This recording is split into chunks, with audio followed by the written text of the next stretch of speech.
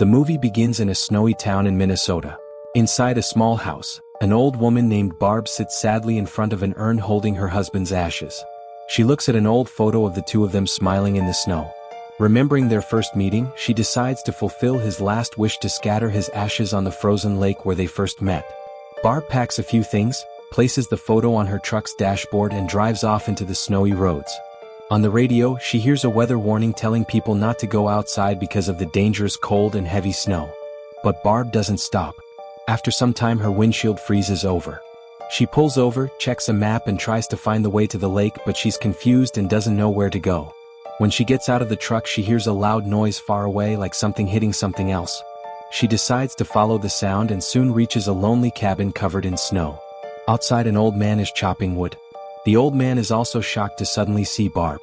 Barb smiles and says, "I'm sorry, I didn't mean to scare you. I just wanted to ask for directions to the lake." Barb notices red stains on the ground and asks gently, "Are you okay?" The man replies quickly, "It's just deer blood."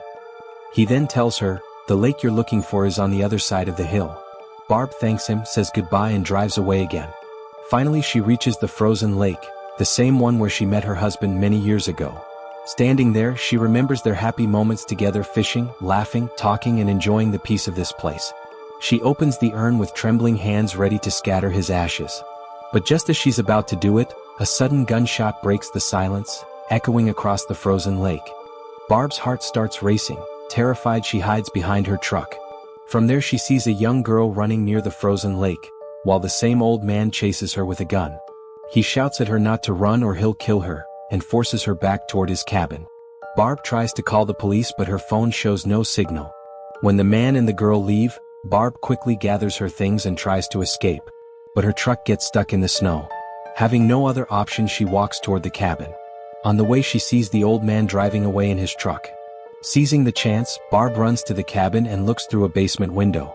Inside she finds the girl tied to a chair with tape on her mouth. Barb quietly whispers, "Are you alone?" The frightened girl nods. Just then two cars stop outside and the old man has come back with his wife, who also carries a gun. Barb hides and listens to them talking. She realizes that the couple kidnapped the girl and now plan to kill her. Barb writes on the glass with her finger, "Don't worry, I'm here, I'll save you." She then runs back to her truck to think of a plan. Inside the cabin the old man's wife suddenly starts bleeding from her nose. She then sees a girl's glove lying outside and grows suspicious. When she looks at the tied girl again she notices Barb's message on the window. Now she's sure someone is outside trying to help. The angry wife shouts at her husband, "Whose glove is this?" Her husband says, "I'm not sure. A woman came by earlier asking for directions to the lake, it might be hers." The wife gets scared and says, "If that woman saw anything, we're finished." She grabs a gun and forces her husband to take her to the lake to kill Barb.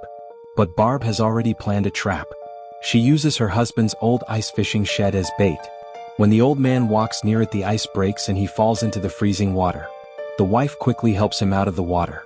Meanwhile Barb runs to their cabin. She breaks open the basement door and finds the kidnapped girl chained and locked up. Barb comforts her and says, "Don't worry, I'll save you." She then goes upstairs and turns on all the taps, blocks the sinks and lets the water overflow to flood the whole house. She also puts out the fire and drenches all their belongings so they can't use them again. As Barb steps outside the old man's wife shoots at her. The bullet hits Barb's hand, but she manages to run away through the snow, escaping the rest of the gunfire. When the couple returns home their cabin is completely flooded. The water has reached the basement where the girl is still locked up. The old man, freezing from his fall into the icy lake, shivers uncontrollably, and because Barb soaked all his firewood and bag, they can't even start a fire to keep warm.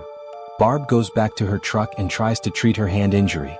Then she realizes her wedding ring is missing. Shocked, she runs to the pit to look for it but it's not there. Sad and lost in her memories, she remembers the day her husband put that ring on her finger. She starts crying. Then she sees the old man's gun lying in the snow. Wiping her tears she says to herself, "I must save that girl." She picks up the gun and walks back toward the cabin. Meanwhile the old man is sitting in the car, shivering badly. His wife tries to warm him but he says, "I can't go, my clothes are still wet." She gets angry and says, "We don't have time, we have to finish before morning." She adds, "I worked in an operation theater for 10 years, I know what to do.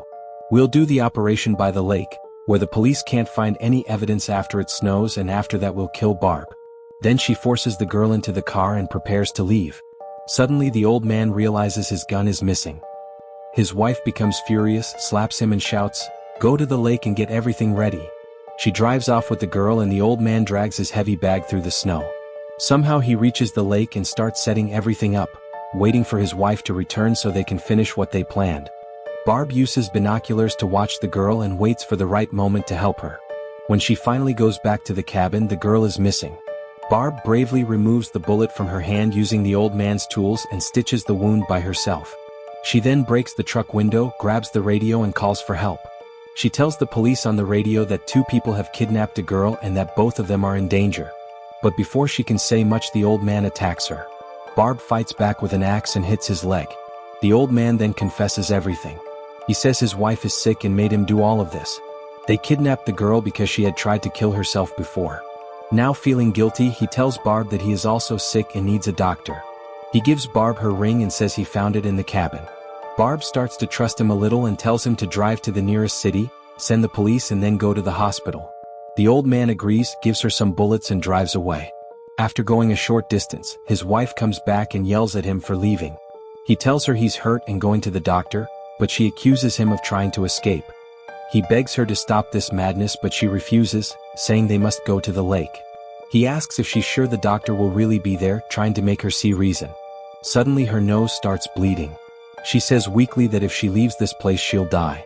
The woman yells at her husband, "You just want to get rid of me," and angrily points a gun at him. At the same time, Barb reaches her truck and plans to set it on fire so someone can see the smoke and come to help.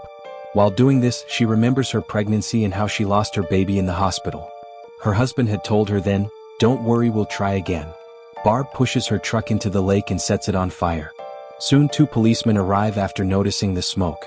Barb tells them everything that has happened and they agree to help her. They all go to the old man's cabin where the wife's car is already parked. The policemen approach it carefully, but suddenly the woman comes out of the cabin and shoots both of them. Then she starts shooting at Barb too. Barb fights back and shoots the woman in the leg. She runs toward the woman's car but inside she finds the old man dead. His wife has killed him. Trying to escape, Barb hides behind the cabin. The woman fires again and part of the roof collapses, knocking Barb unconscious. While she's passed out, Barb dreams of the day her husband died. He had been sitting at the table while she made breakfast when he suddenly fell ill and died. When she wakes up, she finds herself tied in the basement along with the kidnapped girl, whose name is Leah. Barb frees herself and tries to help Leah escape through the back door. But the woman sees them and locks the door from outside. Barb remembers her husband's will, where he had written that his ashes should be scattered in the lake, their favorite place. The next morning the woman takes both Barb and Leah to that same lake, planning something sinister. When Barb and Leah reach the lake, they see that the woman's husband has already built a small medical tent. Inside they find a liver transplant kit and realize that the woman wants to take Leah's liver and put it into her own body. Barb begs her to stop and says, "Take my liver instead." But the woman refuses, saying Barb's body is useless. She forces Barb to tie Leah to the table, but Barb cleverly ties her loosely and hides a nail in Leah's hand so she can escape later. The woman then shoots Barb and starts preparing for the surgery. But Barb doesn't give up. She gets up again, pushes the woman away and attacks her with scissors. They fight hard and during the struggle, a lantern falls, setting the tent on fire. Both women fall outside and fight for the gun. The woman picks it up first but it has no bullets left. Angry and desperate, she drags Barb to the same pit in the snow that Barb had dug earlier. Inside the burning tent, Leah cuts her tape with the nail and escapes. She sees Barb in danger and rushes to help her. To save her, Barb handcuffs the woman and pulls her into the icy pit, trapping her there. Barb is now badly injured and falls into the water too. With her last bit of strength, she scatters her husband's ashes into the lake just like he had wished. She smiles faintly knowing she has saved Leah's life and dies peacefully. Later Leah finds an old photo of Barb and her husband buried in the snow. She hugs it tightly and walks away through the cold wind. The movie ends with a flashback showing Barb and her husband smiling at the same lake, happy and in love. If you enjoyed the story, please subscribe to the channel.